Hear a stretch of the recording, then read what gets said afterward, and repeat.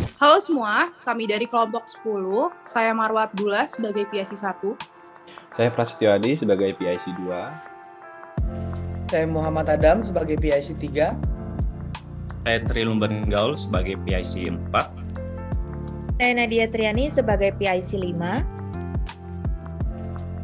Saya Faradiana sebagai PIC 6. Pembahasan pertama, di sini saya akan menjelaskan sebuah questionnaire form yang tentunya dari aplikasi Microsoft 365 sebagai bentuk metode kuantitatif dalam pembuatan ujian tengah semester sebagai analisis pada pengaruh media sosial di kehidupan sehari-hari mahasiswa UPH PJJ tahun 2022.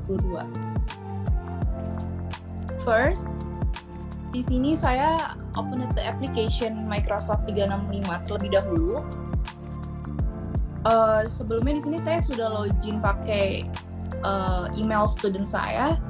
Jadi kalian bisa sign in with your school credentials. Dan langkah selanjutnya kalian klik icon Microsoft 365 di kolom kiri and create a form. Langkah yang pertama, kalian jangan lupa enter the title and change with your own. Di sini saya akan ubah judulnya agar responden tidak kebingungan terhadap form yang kita berikan. Di sini saya akan ubah. Oke. Setelah mengisi judul form dan mengubah form description, langkah selanjutnya membuat pertanyaan yang saya inginkan. Di sini saya akan memberikan contoh pertanyaan dengan klik tombol Add New di sini. Dan di sini terlihat banyak bentuk pertanyaan dan jawaban mulai dari singkat, panjang, pilihan ganda sampai kotak centang. Saya akan memberikan contoh pertanyaan yang multiple choice terlebih dahulu. Di sini saya akan ubah question-nya menjadi, lalu di option yang pertama saya ubah menjadi jawaban yang sudah saya tentukan. Saya ubah menjadi true or false. Di sini saya akan ubah.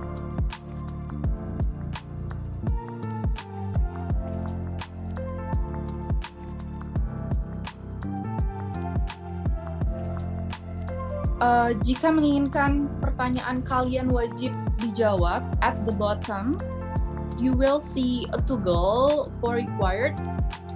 Jadi pada pojok kanan di bawah di setiap pertanyaan ada tombol wajib diisi. Jadi setiap pertanyaan sehingga responden yang mengisi formulir tidak bisa lanjut ke halaman berikutnya jika tidak menjawab pertanyaan tersebut. Jadi saya klik required di sini dan saya akan memberikan contoh soal yang kedua, multiple choice.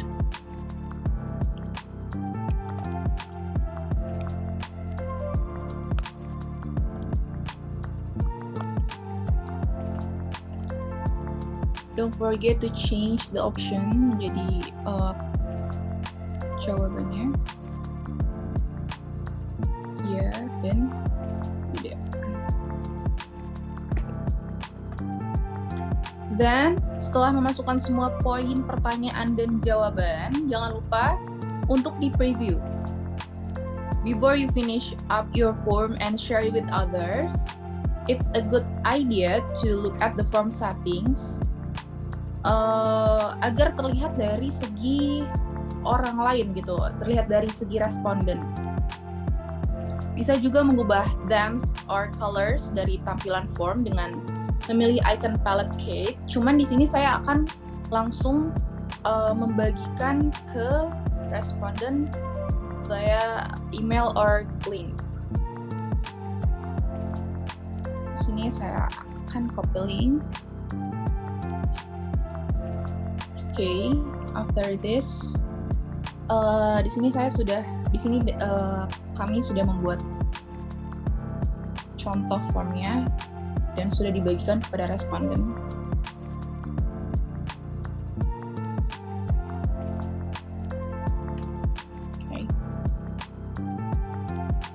Selanjutnya saya serahkan kepada PIC 2.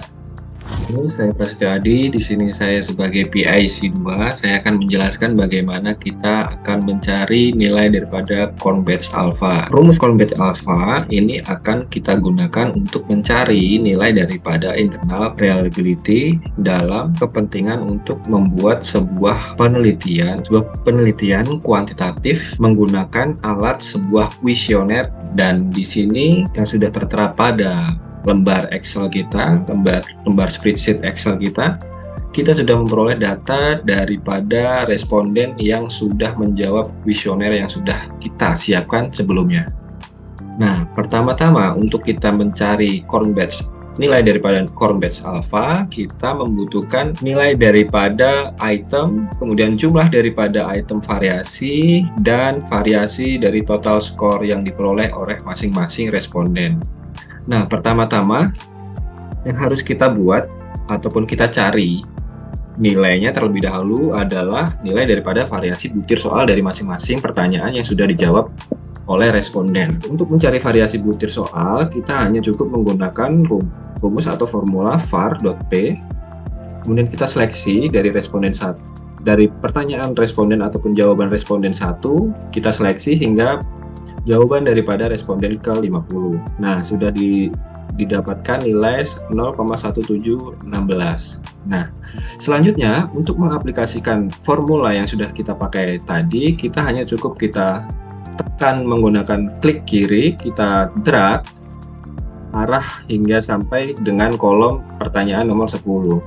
Kita lepaskan kursor, maka akan teraplikasi daripada rumus yang sudah kita buat tadi. Nah, untuk selanjutnya kita akan mencari nilai daripada total variasi soal. Nah, kita akan menghitung menggunakan formula sum untuk menjumlahkan daripada total keseluruhan variasi pertanyaan yang sudah dijawab oleh responden. Kita seleksi dari pertanyaan 1 atau soal atau jawaban 1 hingga ke jawaban nomor 10, maka diperoleh nilai 8. Baik, untuk mengaplikasikannya seperti sebelumnya, kita hanya cukup klik kiri, kemudian tahan, kemudian kita drag ataupun kita seret, arahkan ke bawah mencapai kolom daripada responden 50. Nah, maka diperoleh nilai yang sudah dijawab oleh masing-masing responden daripada total skor variasi soal. Nah, jika sudah kita peroleh daripada nilai total dan variasi butir soal, kemudian kita cukup mencari item daripada pertanyaan yang sudah kita buat tadi menggunakan rumus count untuk menghitung variasi ataupun menghitung karakter daripada soal yang kita buat. Jadi kita akan menghitung dari baris tersebut soal yang sudah kita buat. Kita hanya ingin mengetahui berapa soal sih yang kita buat, maka kita peroleh nilai 10. Nah, kemudian kita akan mencari pada jumlah item variasi menggunakan formula var.p. Nah, selanjutnya kita akan mencari jumlah daripada item variasi yang ada di sini yang sudah kita hitung tadi. Kita cukup menggunakan formula sum, kemudian kita seleksi variasi butir soalnya yang sudah kita hitung tadi, kemudian kita enter, maka akan diperoleh nilai 2,1484. Nah, kemudian sebelum kita menghitung Corn Batch Alpha, kita akan mencari terlebih dahulu variasi dari total skor. Kita menggunakan formula var.p, kemudian kita seleksi dari total skor keseluruhan yang sudah kita peroleh tadi, kemudian kita selesaikan formula, kemudian kita enter, maka diperoleh nilai 4,776. Nah, selanjutnya kita tinggal mencari nilai daripada Corn Batch Alpha. Nah, untuk mencari nilai Corn Batch Alpha, kita membutuhkan rumus, yaitu item dibagi item dikurang 1. Kemudian kita akan mengkalikan daripada 1, kemudian kita kurangkan dengan jumlah dari item variasi, kemudian kita bagi dengan variasi total skor. Maka akan diperoleh nilai 0,61137, dan demikian ini adalah nilai dari Cork Batch Alpha dari sampel data yang sudah kita peroleh dari kuesioner yang sudah kita buat. Untuk selanjutnya akan dijelaskan oleh PIC 3 dan PIC 4 mengenai deskriptif statistik. Terima kasih PIC 2. Halo teman-teman semuanya, perkenalkan saya Muhammad Adam, saya sebagai PIC 3 dari kelompok 10. Pada kesempatan kali ini saya akan menjelaskan tentang bagaimana cara membuat deskriptif statistik secara manual. Langsung saja, langkah awal yang perlu kita lakukan adalah pertama-tama dari data yang telah diberikan oleh PIC 2 tentang internal liabilities-nya, itu kita perlu untuk meng-hide terlebih dahulu kolom-kolom pertanyaan tersebut, karena kita hanya memerlukan total dari varian jawaban setiap respondennya saja. Setelah itu kita perlu membuat tabel deskriptif statistiknya. Tabel tersebut berupa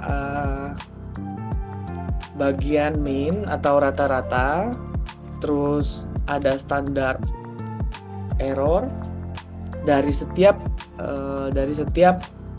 total varian jawaban yang diberikan oleh responden, terus juga ada median, selanjutnya ada mode, dan pada deskriptif statistik tersebut juga terdapat standar deviation. Setelah itu ada juga berupa sample variation, ada kecondongan atau kurtoise, dan ada skewness juga, kemiringan dari setiap total jawaban, total varian jawaban dari yang diberikan oleh responden. Terus selanjutnya kita juga akan mendapatkan range dari minimum total skor dari jawaban responden dan maksimum total skor yang diberikan oleh responden juga. Dan kita akan mencari summary-nya, dan yang terakhir kita akan menghitung jumlah total responden di dalam deskriptif statistik ini. Oke, untuk tahap selanjutnya, pertama-tama kita akan mencari nilai rata-rata dari total varian jawaban yang diberikan oleh responden tersebut. Untuk bagian mean, kita akan menggunakan formula average, buka kurung, dan ditambahkan dengan seluruh total varian jawaban yang diberikan oleh responden. Nah, untuk nilai rata-ratanya kita mendapatkan nilai 6,68. Selanjutnya, untuk mencari bagian standar error, kita terlebih dahulu harus mencari nilai dari standar deviation-nya. Nah, nilai dari cara untuk mendapatkan nilai standar deviation tersebut, kita menggunakan formula standar deviation, terus buka kurung, ditambah dengan seluruh total varian jawaban yang diberikan oleh setiap responden. Dan ditambah lagi, untuk mendapatkan nilai standar error tersebut, kita juga harus mendapatkan nilai total jumlah seluruhan responden yang ada di dalam kuesioner tersebut. Untuk bagian count, kita juga menggunakan formula count kurung terus ditambahkan dengan total jawaban dari setiap responden. Maka kita akan mendapatkan nilai 50. Setelah itu barulah kita bisa mencari nilai standar error di dalam deskriptif statistik tersebut. Dengan menggunakan formula, klik pada kolom standar deviation-nya, terus kita ditambah bagi, terus masukkan formula SQRT, buka kurung, terus klik bagian kolom count-nya, tutup kurung, maka kita akan mendapatkan nilai standar error. Selanjutnya kita akan mencari nilai rata-rata media dari setiap total jawaban yang diberikan oleh responden.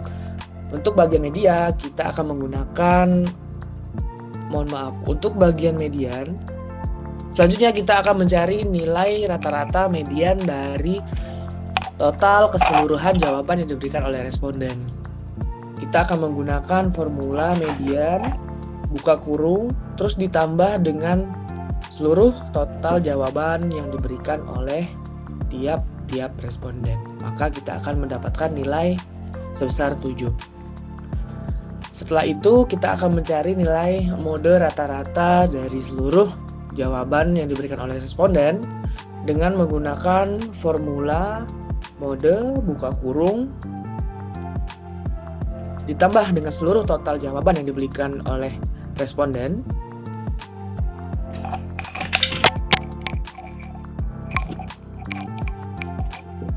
Kurung, maka kita akan mendapatkan nilai 7.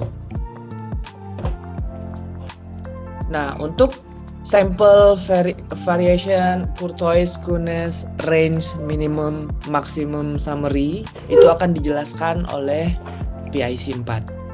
Sekian dari saya, terima kasih. Baik, selanjutnya saya dengan Tri Supriyadi Lumban-Gaul sebagai PIC 4. Saya akan melanjutkan penjelasan deskriptif statistik sebagaimana yang sudah dilanjutkan oleh PIC 3. Berikutnya adalah sample variation. Untuk mendapatkan hasil dari sample variation dapat menggunakan dengan formula var dan buka kurung. Selanjutnya kita seleksi kolom dari M52 sampai M51. Kemudian kita tutup formula dengan tanda kurung lalu kita enter, maka hasilnya akan muncul 4.8 sekian. Berikutnya untuk mendapatkan Courtois dapat dilakukan dengan formula kur buka kurung, kemudian kita seleksi dari M52 lagi sampai M51, kemudian kita tutup formula dengan tanda kurung lalu kita enter. Begitu juga dengan skewness atau kecondongan untuk mendapatkan hasilnya dapat menggunakan formula skew buka kurung, kemudian kita seleksi kolom dari M52 sampai M51, kemudian kita akhiri formula dengan tanda tutup kurung lalu kita enter. Nah, untuk mendapatkan range terlebih dahulu kita harus mendapatkan total minimum dan total maksimum. Nah, setelah sudah dapat total minimum dan maksimumnya, maka akan dapat dihasilkan nilai range-nya. Untuk minimum sendiri dapat menggunakan formula min buka kurung, kemudian kita seleksi lagi dari M52 sampai M51, kita akhiri formula dengan tanda tutup kurung lalu kita enter, maka hasilnya akan muncul yaitu 1. Sedangkan untuk maksimumnya dapat menggunakan formula max buka kurung, kemudian kita blok lagi atau kita seleksi lagi kolomnya dari kolom M52 sampai M51, kemudian kita akhiri formula dengan tanda tutup kurung lalu kita enter. Nah, maka akan keluar hasilnya yaitu 10. Nah, setelah sudah dapat nilai minimum dan maksimum, kita akan menghitung range-nya berapa, yaitu dengan formula, kemudian kita seleksi nilai maksimumnya dikurangi nilai minimum, kita enter. Nah, hasilnya adalah 9. Dan yang terakhir yaitu summary atau nilai akhir, total akhir. Untuk mendapatkan hasilnya dapat dilakukan dengan formula sum buka kurung, kemudian kita seleksi lagi kolom M2 sampai kolom M51, kemudian kita akhiri formula dengan tanda tutup kurung, kemudian kita enter, maka akan keluar hasilnya. Demikian yang bisa saya jelaskan. Terima kasih. Baiklah, selanjutnya saya akan menjelaskan cara pembuatan daftar gambar dan daftar tabel pada pembuatan laporan penelitian. Pertama-tama, kita buka dulu Microsoft Word. Di sini saya memberikan contoh berupa halaman kosong, namun saya sudah tuliskan judul daftar gambar dan daftar tabel. lalu saya biarkan terlebih dahulu, kemudian kita pindah ke halaman yang lain. Kemudian kita klik Insert, Pictures, kemudian Picture from File, kita tinggal pilih objek atau gambar apa yang mau kita masukkan, klik Insert. Saya mengambil contoh salah satu screenshot kuesioner penelitian kelompok saya, kemudian tinggal saya adjust, lalu klik References, Insert Caption, kemudian di sini ada label, labelnya kita pilih sesuai dengan objek yang kita input tadi. Di sini ada figure, gambar, lampiran, table, saya di sini memilih gambar, lalu akan ada caption otomatis gambar 1, saya akan beri judul Kuesioner Form 1. Namun apabila kita mau mengganti labelnya, kita tinggal klik New Label. Di sini kita bisa ketikkan sesuai dengan keinginan. Kemudian posisinya juga bisa kita pilih di atas atau di bawah dari gambarnya. Di sini saya pilih di atas. Kemudian kita tinggal klik OK, dia akan muncul secara otomatis seperti ini. Kemudian untuk gambar berikutnya di halaman yang lain, kita klik lagi Insert, Picture, kemudian kita pilih gambar yang akan kita masukkan. Di sini saya kembali memberikan contoh screenshot dari kuesioner penelitian kelompok saya. Saya adjust, kemudian klik References, Insert Caption, kemudian labelnya sama seperti contoh di atas, saya pilih gambar, akan muncul caption 2. Gambar 2, saya akan beri judul Kuesioner Form 2. Posisinya juga di atas dari gambarnya, kita tinggal klik OK. Kemudian kita tinggal menuju ke halaman pertama yang berisi judul daftar gambar tadi, tinggal klik Enter, kemudian klik References, kemudian Insert Table of Figure. Nah, di sini akan muncul caption label, kita pilih sesuai dengan objek yang sudah kita insert. Tadi kita sudah memasukkan gambar, jadi saya akan pilih caption gambar. Kemudian kita juga bisa modify fontnya sesuai dengan keinginan. Sebagai contoh, saya akan mengganti fontnya menjadi Calibri. Tinggal klik OK. Lalu dia akan muncul secara otomatis seperti ini, tanpa harus kita ketik secara manual. Begitupun pada saat kita klik, dia akan langsung menuju pada gambar yang sudah kita insert. Begitupun dengan daftar tabel. Saya juga sudah membuat judul daftar tabel.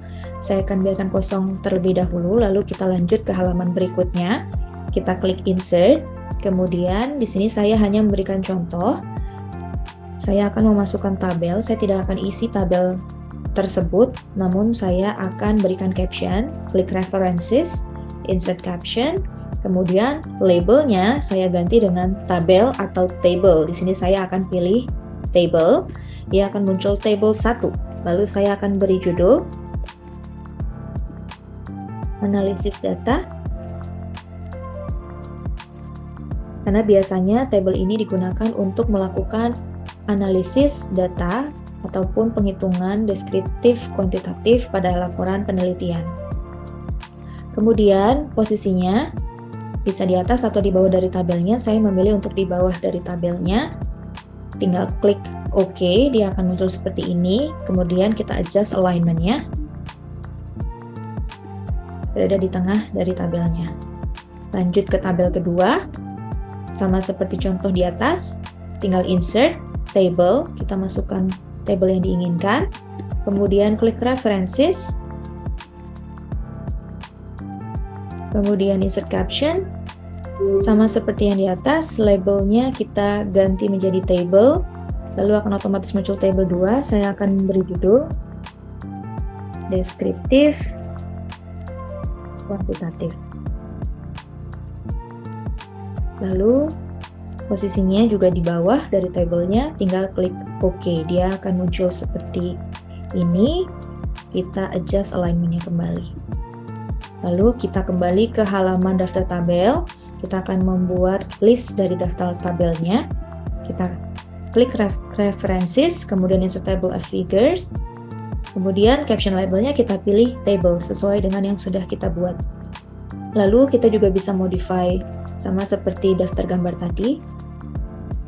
Calibri, Kemudian kita tinggal klik OK dan dia akan muncul otomatis seperti ini. Dan pada saat kita klik, dia akan menuju ke tabel yang diinginkan. Demikian penjelasan pembuatan tabel dan gambar pada laporan penelitian. Selanjutnya akan dijelaskan oleh PIC 6. Terima kasih. Saya Faradiana. Step pertama, kita akan membuat judul halaman daftar lampiran. Step kedua, tulis judul lampiran. Judul lampiran ini akan berada di halaman lampiran yang akan dibuat. Step ketiga, setting outline untuk mendefinisikan lampiran dan daftar lampiran sebagai level 1. Setelah itu, kita pisahkan halaman daftar lampiran dengan halaman lampiran menggunakan section break next page. Step kelima, kita mendefinisikan multi-level list baru. Step keenam, kita setting level 1 dari multi-level list dengan mengubah enter formatting. Kita sesuaikan dengan mengetik lampiran, kemudian pada number cell kita pilih alfabet ABC kapital. Kemudian untuk melihat fitur lengkapnya, kita klik more, kemudian kita ubah link levelnya menjadi heading 1. Pada level kedua, kita ubah enter formattingnya dengan memilih level number sebelumnya, yaitu level 1. Kemudian kita sesuaikan format selnya dengan angka 1, 2, 3, dan kita pilih link level menjadi heading 2.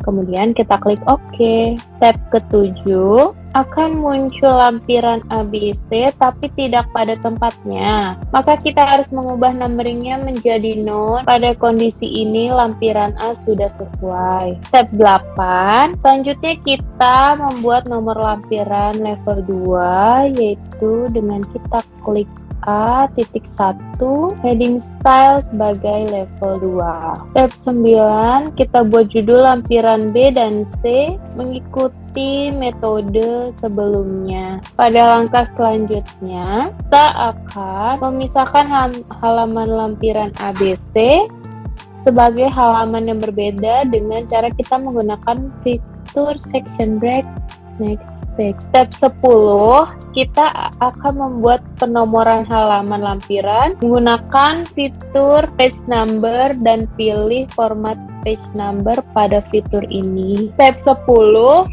kita buat penomoran halaman lampiran menggunakan fitur page number dan pilih format page number. Pada fitur ini, kita checklist include chapter number, lalu kita pilih heading 1, chapter start at 1. Step 11, kita sesuaikan nomor halaman pada lampiran B dengan format numbering dengan cara sebelumnya dan seterusnya. Step 11 ini saya akan memberi contoh lampiran dengan gambar grafik. Pada contoh lampiran ini, saya akan memberikan caption.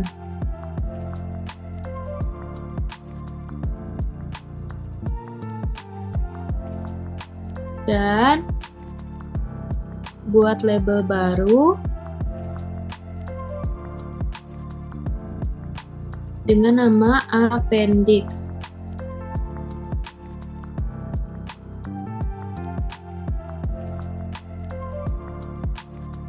Kemudian kita atur numbernya menjadi checklist include chapter number. Lalu kita klik OK. Dan kita berikan nama grafik pertumbuhan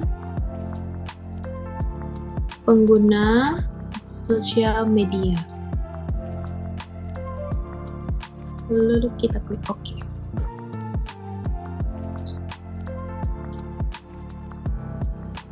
Kemudian kita input dan juga pada grafik kedua dengan nama Pertumbuhan Sosial Media di Indonesia. Lalu pada step selanjutnya kita akan menarik daftar lampiran menggunakan insert table figures.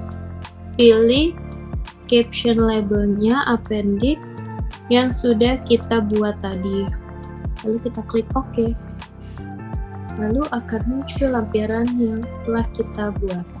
Baik, terima kasih dari cara penggunaan daftar lampiran. Semoga konten yang kita buat ini bermanfaat bagi semuanya.